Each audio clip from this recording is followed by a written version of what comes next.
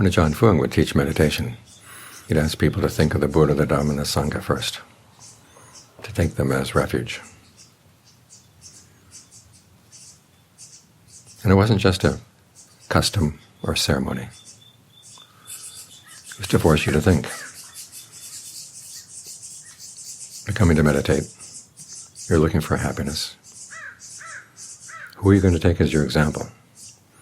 You decide you're going to trust the example of the Buddha, the Dhamma, and the Sangha. That's what it means to take refuge in them on one level. There are actually 3 levels altogether. The first level is you think of the Buddha, the Dhamma, and the Sangha as individuals out there in the world. The Buddha was an individual person. The Dhamma exists in books. The Sangha exists as an institution. Those things are outside you. And even though you may remember them, still it's possible to forget. And it's possible for your attitudes to change. You want a refuge that's a lot more secure than that. So what you decide to do is to follow their example. Look at the qualities they developed and then try to develop those same qualities within yourself. As with the Dhamma. When you take the Dhamma as a refuge, the Buddha says you practice the establishing of mindfulness, the satipatthana. Keeping track of the body in and of itself, or feelings in and of themselves, mind states in and of themselves, mental qualities in and of themselves, ardent, alert, and mindful, putting aside greed and distress with reference to the world. That's the formula. What it means is you're sitting here meditating. He said, you try to stay with the breath. This is called the body in and of itself, in the sense that you're not concerned with how the body functions in the world. It's just the fact that you have a body sitting here right now. What is it like to have a body? What is it doing when it's breathing? How is it breathing? Because the breath is one of those elements that you can adjust and you can experiment with. And you find that it has a potential to make this body here in the present moment, your experience of the body in the present moment, really, really pleasant.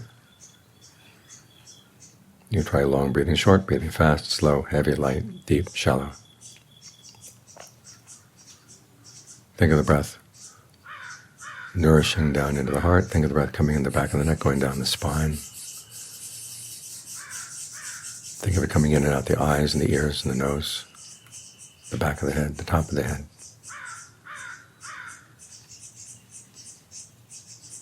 Realize that the breath here is the flow of energy in the body.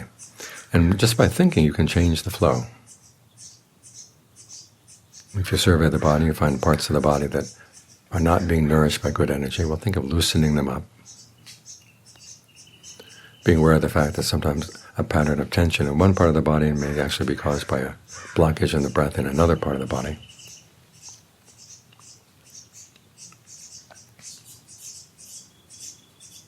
So make a survey. Get to know the body. Get to know the breath here right now. As for issues of the world, you put them aside.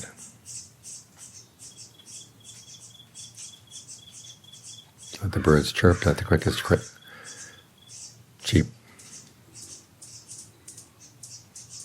Let your responsibilities on the world, just let them go. You're just here, right now. You ask yourself, why should I stay here? It's because the important things in life are happening right here. Because your life is shaped by your intentions. Your past intentions you cannot go back and change. As for your future intentions, you may make up your mind now that you want to do this, you want to do that. But what's important is the decisions you're making right now and how you're making them. So you want to be here to watch that. That's what the alertness is for, to see what you're doing and to see what the results are. When you learn something good about what kind of breathing is good for the mind, what kind of mind states or pictures of the breath are good for the body, you try to remember that. That's the function of mindfulness. So the next time you encounter a similar problem, if you encounter problems in your meditation, you can remember how you solved them in the past. If you remember a particular way of getting the mind to settle down, you remember that and apply that. Mindfulness is what takes what you've learned and keeps it at hand. But just on their own, mindfulness and alertness are not enough to get you on the right track, because you can be alert to anything. You can do anything at all, watch the results, and it still counts as alertness. You can remember all kinds of things, it still counts as mindfulness. But when you add the quality of ardency, you're trying to do this well, trying to train the mind to be skillful, to abandon its unskillful habits. And that's what makes the mindfulness right, what makes the alertness right. There's this principle that you want to do what's skillful and abandon what's unskillful. And then you use your alertness and mindfulness to train your right effort so that it knows what it's doing. This is why those three qualities work together. As for the principle of abandoning what's unskillful and developing what's skillful, that's one of the few teachings the Buddha said are true across the board, what he called categorical teachings. Some of his teachings are true all the time, but they're not beneficial all the time.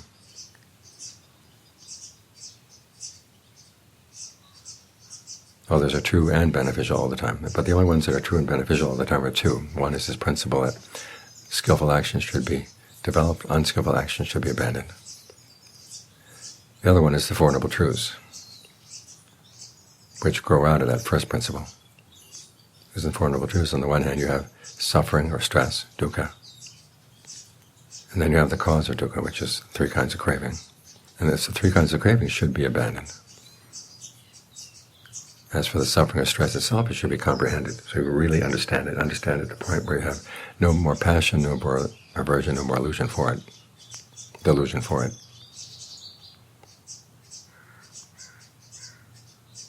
As for the skillful side of the Four Noble Truths, you've got the path, the end of suffering. That should be developed, like all skillful qualities, so that you can realize the cessation of suffering, which is the ending of craving. These are the two teachings that you should keep in mind all the time. There are others that are useful sometimes and not others. For example, the teaching on what's called the three characteristics. Everything that's fabricated is inconstant, stressful, not self. That's useful sometimes, but not always, when you're trying to develop your precepts. Anything that would pull you away from your precepts, you say, okay, that's inconstant, stressful, not self. I don't need that. Whatever happiness I may feel or whatever obligation I may feel, I would get satisfied out of those things. I don't need that because it's unskillful. So you apply those three characteristics to develop a sense of dispassion for these things. But for the act of holding the precepts itself, you don't make that inconstant, stressful, not self, at least not quite yet. You focus on how you can make it as steady and continuous as possible. The same when you're doing concentration practice. You're pushing against those three characteristics. You're trying to make a sense of ease in the body and the mind. Try to make a sense of constant ease. Bring your mind under control, which goes directly against the three characteristics. You apply the three characteristics to that point and anything that would pull you out of the concentration.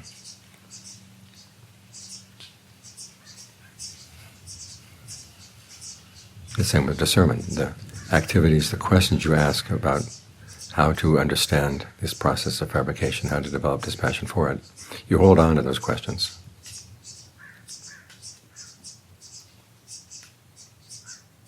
As for any thoughts that would pull you away, you apply the three characteristics to those. You apply the three characteristics to everything only toward the end of the path. So that's a teaching that's true all the time, but it's not always beneficial. The really special ones are the ones that are true and beneficial all the time. And those are the two that I mentioned.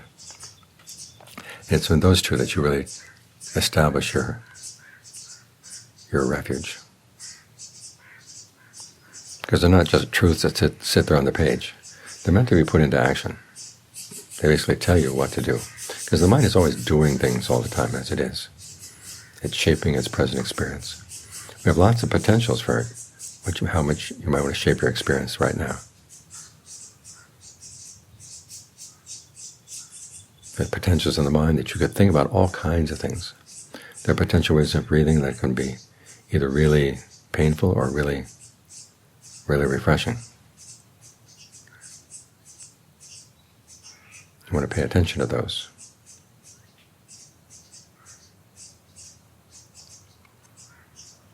Those are the things you develop.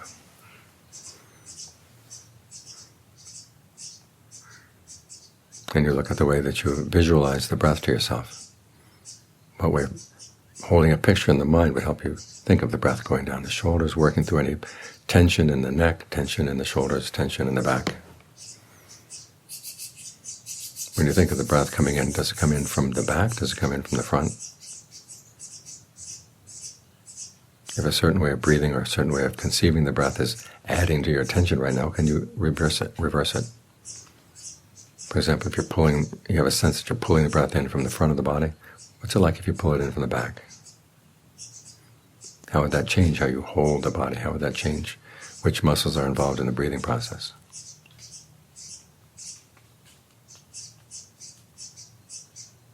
This is what it means to be alert and mindful and ardent all at the same time.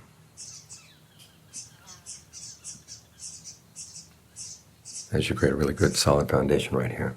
And even though this is fabricated, it's part of your raft to take you across. You're building a good raft. And you hold on to it, and you keep on making the effort to get across the river. You finally get to the other side. You'll arrive at something that doesn't need to be put together at all. It's there. That's the third level of refuge. When you find that there's something deathless that you can touch at the mind.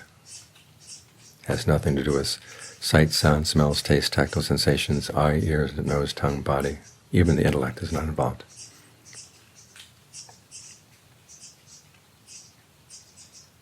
It's outside of your ordinary range of experience, but it's there.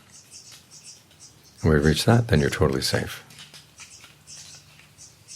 As the Buddha said, it's free from aging, free from illness, free from death, free from sorrow.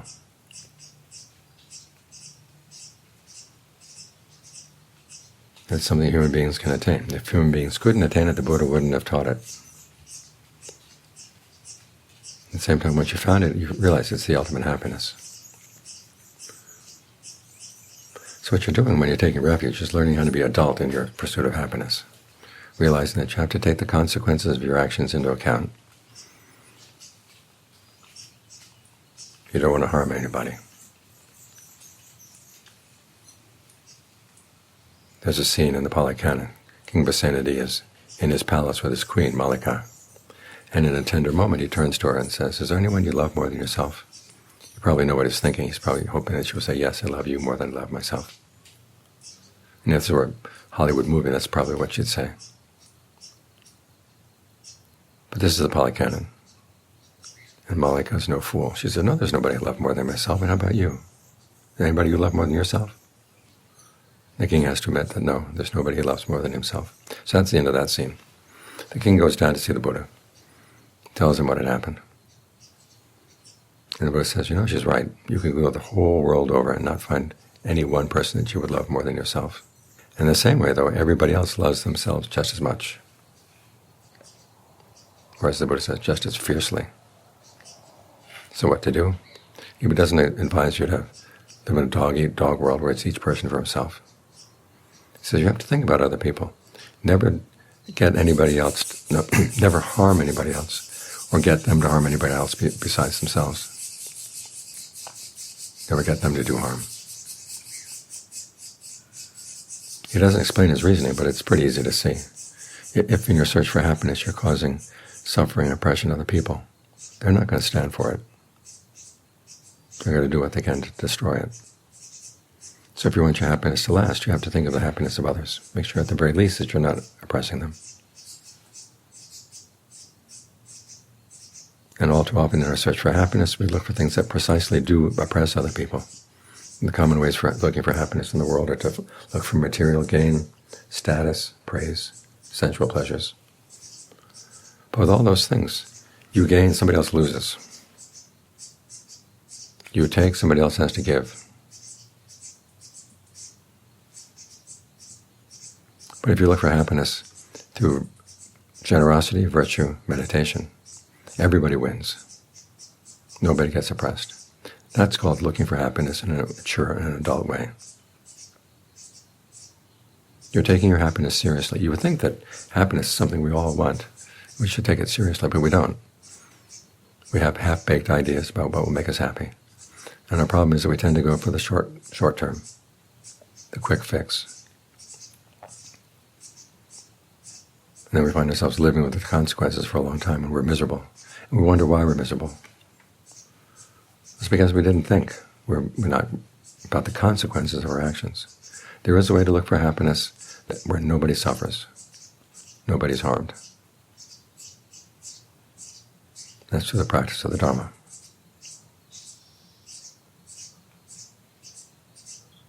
So in this way, your search for happiness benefits not only you, but other people around you. That's a really special kind of happiness, a special kind of goodness. Has no drawbacks at all. As John Munn once said, the goodness that has no drawbacks, that's genuine goodness.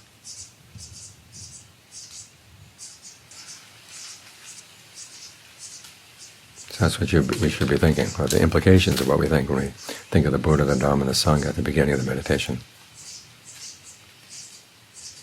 We're to take their example, realize their qualities within ourselves, so ultimately we can get to the quality that's beyond the qualities, the quality of the deathless.